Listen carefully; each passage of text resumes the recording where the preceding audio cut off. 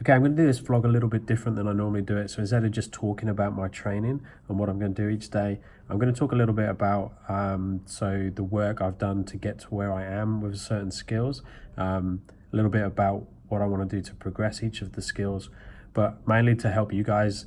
I've had a few questions and comments about how to get one-arm handstand, how to do handstand push-ups, how to do shoulder presses, how to press to handstand. So the stuff that I do quite a bit of, and I've been coaching for some time now. So let's just go into it. I'm going to go in a little bit more and speak about some of the background and stuff as we go. So one-arm handstand on each side, tuck. So planche, tucky press to pike press to handstand. One-arm handstand on both sides. So on the blocks is easier once you get used to it.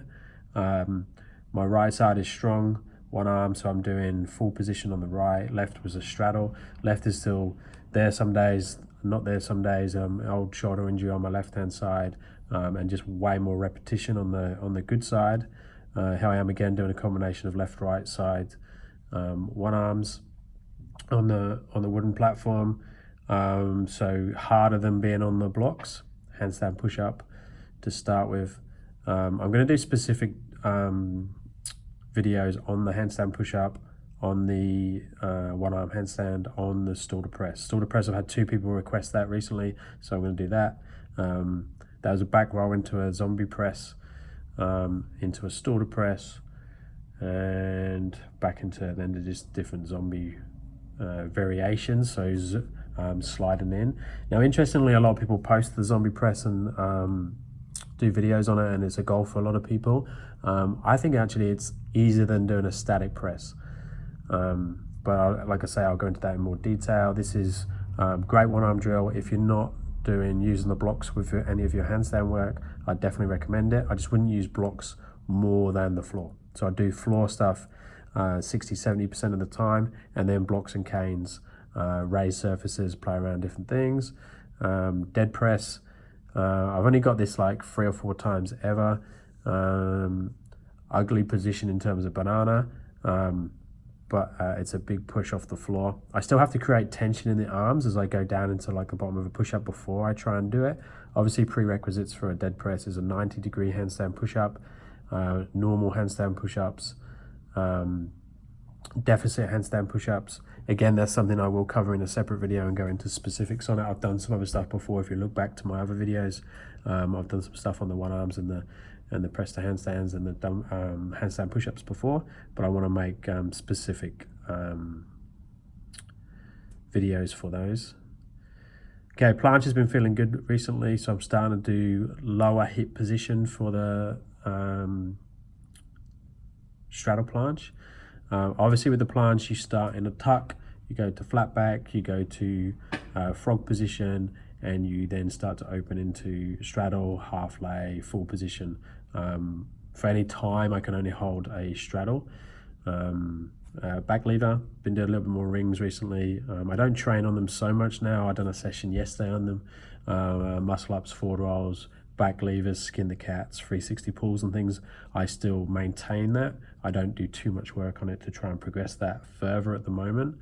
Left and right one arms on the box. You'll see most of the handstand work that I do is relatively the same stuff over and over again. So handstand push-ups, I normally do a handstand push-up. I'll do 2 or 3 a day, probably just in demoing, just in some of my combinations. Press to handstand, again, multiple times per day I'm doing those now. And then in my training, I'll do specific days, probably once or twice a week I'll do a press session. Once or twice a week I'll do a handstand push-up session. And there'll be variations of planches and different positions in there. I will do one-arm handstands every day in some way. It might just be a couple of sets. It might be 2 or 3 hours of trying to work on something in particular.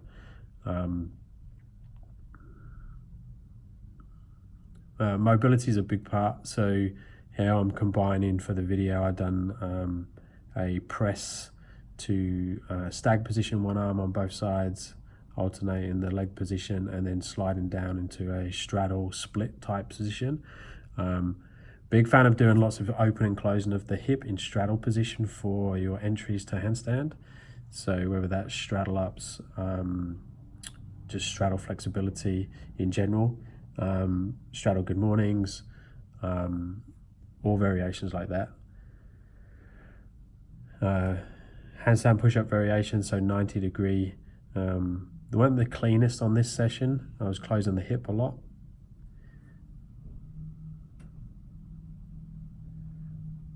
I done it on the box, both with the box being straight underneath me and then having two boxes apart and working between them. So kick into one arm. So I can do this on the right side. I've never really caught it much on the left-hand side. I've only started to play with it a little bit, but it's something I want to be able to kick to on both sides. Right, once I've warmed up, is quite consistent, especially on blocks and canes. Then I'm starting to do some transitions on the left-hand side. It's not as good as I like it.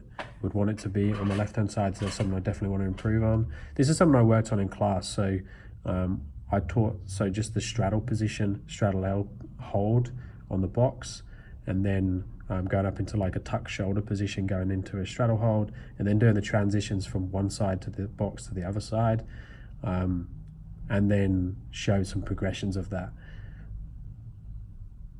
Most of the stuff on the box looks harder, but it's actually easier because you can take a body part, whether it's a leg or a head, below the box, which allows you to make it easier.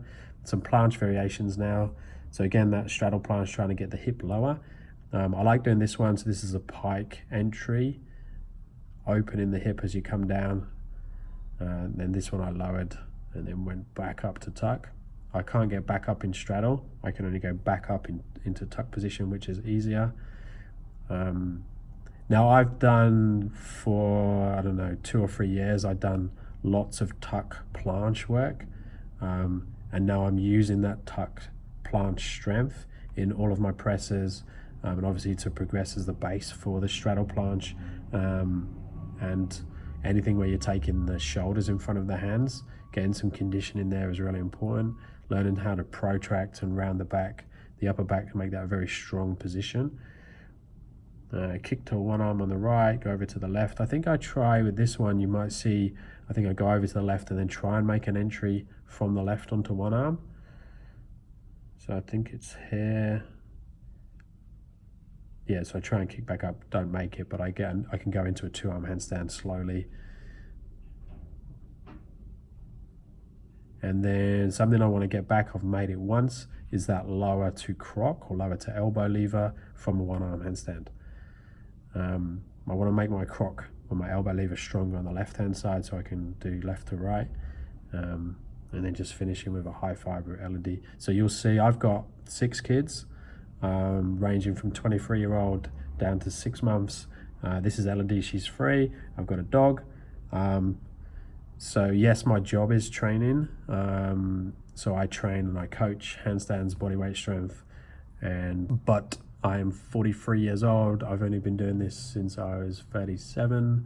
So having the demand of having the kids and the family and all the stuff that goes with that, running a business with 2 other guys, it's definitely challenging to get these skills, but not impossible. Dedicating your free time to stretching, mobility work, and then just getting on your hands daily.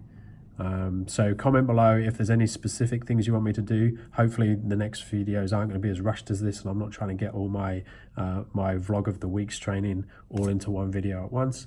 And I am going to do a specific one. I've saved one video where I've done lots of different Stalder variations, so I'm going to do a video specifically on the Stalder press. And any other ones you would like me to do, or anything you want me to go into in more detail, put in the comments or send me a message, and we'll go from there. I will speak to you soon.